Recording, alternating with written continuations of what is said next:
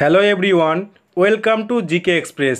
GK express YouTube চ্যানেলে তোমাদের সকলকে স্বাগতম জানাই।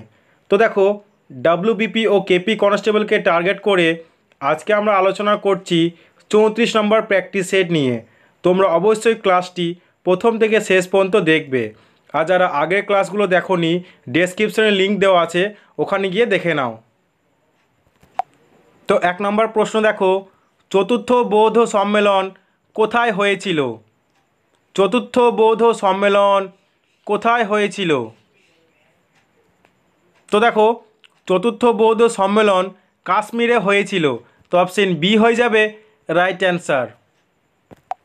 নেক্সট প্রশ্ন, 2 নম্বর প্রশ্ন, দক্ষিণ আফ্রিকার প্রচলিত মুদ্রার নাম কি? দক্ষিণ আফ্রিকার প্রচলিত মুদ্রার নাম কি? তো দেখো, দক্ষিণ আফ্রিকার প্রচলিত মুদ্রার নাম হলো রান্ড। তো অপশন ডি হয়ে যাবে রাইট অ্যান্সার। নেক্সট প্রশ্ন, 3 নম্বর প্রশ্ন, মুদ্রা সংক্রান্ত বিদ্যাকে কি বলা হয়? মুদ্রা সংক্রান্ত বিদ্যাকে কি বলা হয়? তো দেখো, মুদ্রা সংক্রান্ত বিদ্যাকে নিউমেসমেটিক বলা হয়। তো অপশন এ হয়ে যাবে রাইট অ্যান্সার। প্রত্যেকের প্রশ্ন চলাকালীন নিজেরাও কমেন্ট বক্সে উত্তর দেওয়ার চেষ্টা করো এবং আমার উত্তরের সাথে মিলিয়ে দেখো তোমাদের উত্তর মিলছে কি না।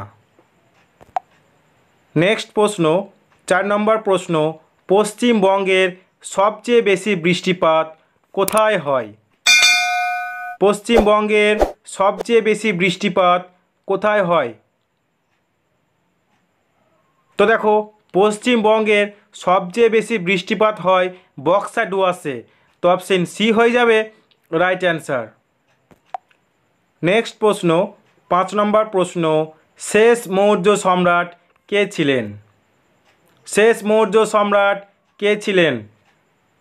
উত্তরটা তোমরা জেনে থাকলে অবশ্যই কমেন্ট করে জানাও। তো দেখো, শেষ মৌর্য সম্রাট ছিলেন বৃহদ্রথ। তো অপশন বি হয়ে যাবে রাইট অ্যান্সার। নেক্সট প্রশ্ন, 6 নম্বর প্রশ্ন, জিকা ভাইরাস রোগ কার মাধ্যমে ছড়ায়? জিকা ভাইরাস রোগ কার মাধ্যমে ছড়ায়? প্রত্যেকে ক্লাসগুলো ফলো করো, একেবারে বাছাই করা প্রশ্ন নিয়ে আসছি।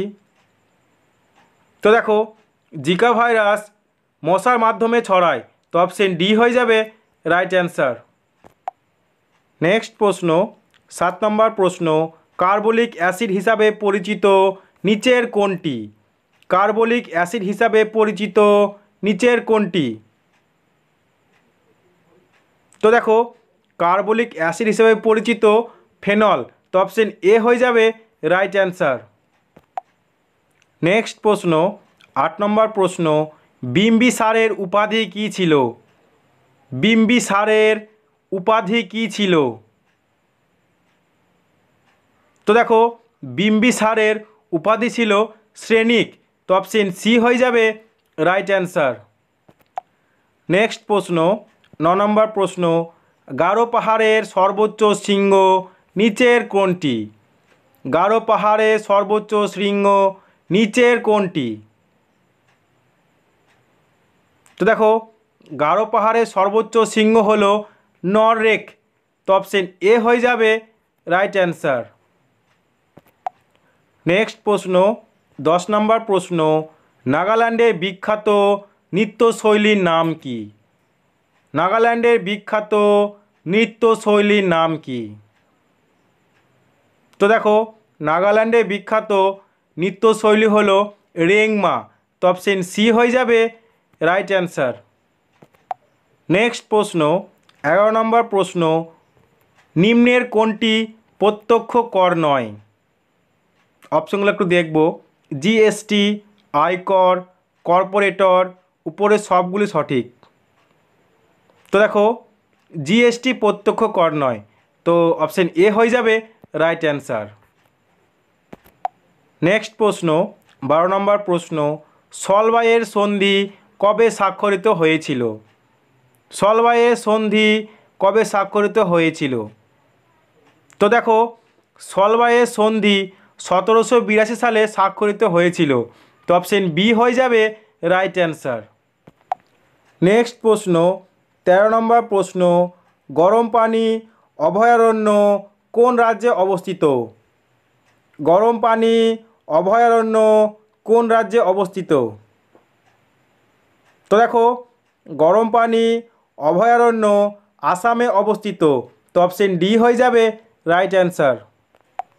নেক্সট প্রশ্ন 14 নম্বর প্রশ্ন, ভারতের ক্যাগ বা কম্পট্রোলার অডিটর জেনারেল কে নিয়োগ করেন? ভারতের ক্যাগ কে নিয়োগ করেন? তো দেখো, ভারতের কম্পট্রোলার অডিটর জেনারেল নিয়োগ করেন ভারতের রাষ্ট্রপতি। তো অপশন এ হয়ে যাবে রাইট অ্যান্সার। নেক্সট প্রশ্ন 15 নম্বর প্রশ্ন, শাল গাছ হলো একটি ড্যাশ। শাল গাছ হলো একটি ড্যাশ। চটপট কমেন্ট করো, উত্তর দাও। তো দেখো, শাল গাছ হলো একটি পর্ণমোচী গাছ। তো অপশন সি হয়ে যাবে রাইট অ্যান্সার। নেক্সট প্রশ্ন 16 নম্বর প্রশ্ন, এইডসের পুরো নাম কি? এইডসের পুরো নাম কি?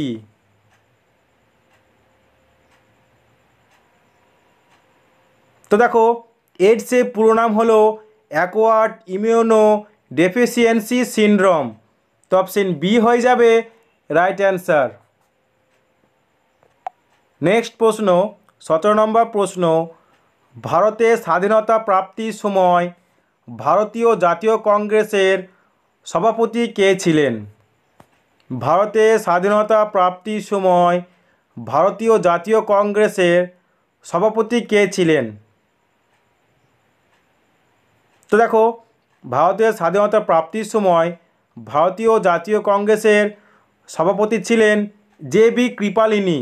তো অপশন ডি হয়ে যাবে রাইট অ্যান্সার। নেক্সট প্রশ্ন 18 নম্বর প্রশ্ন, দেখো কারেন্ট অ্যাফেয়ার্স থেকে আছে, সমস্ত অফিসারদের ডিজিটাল সিগনেচার বাধ্যতামূলক করলো কোন সরকার?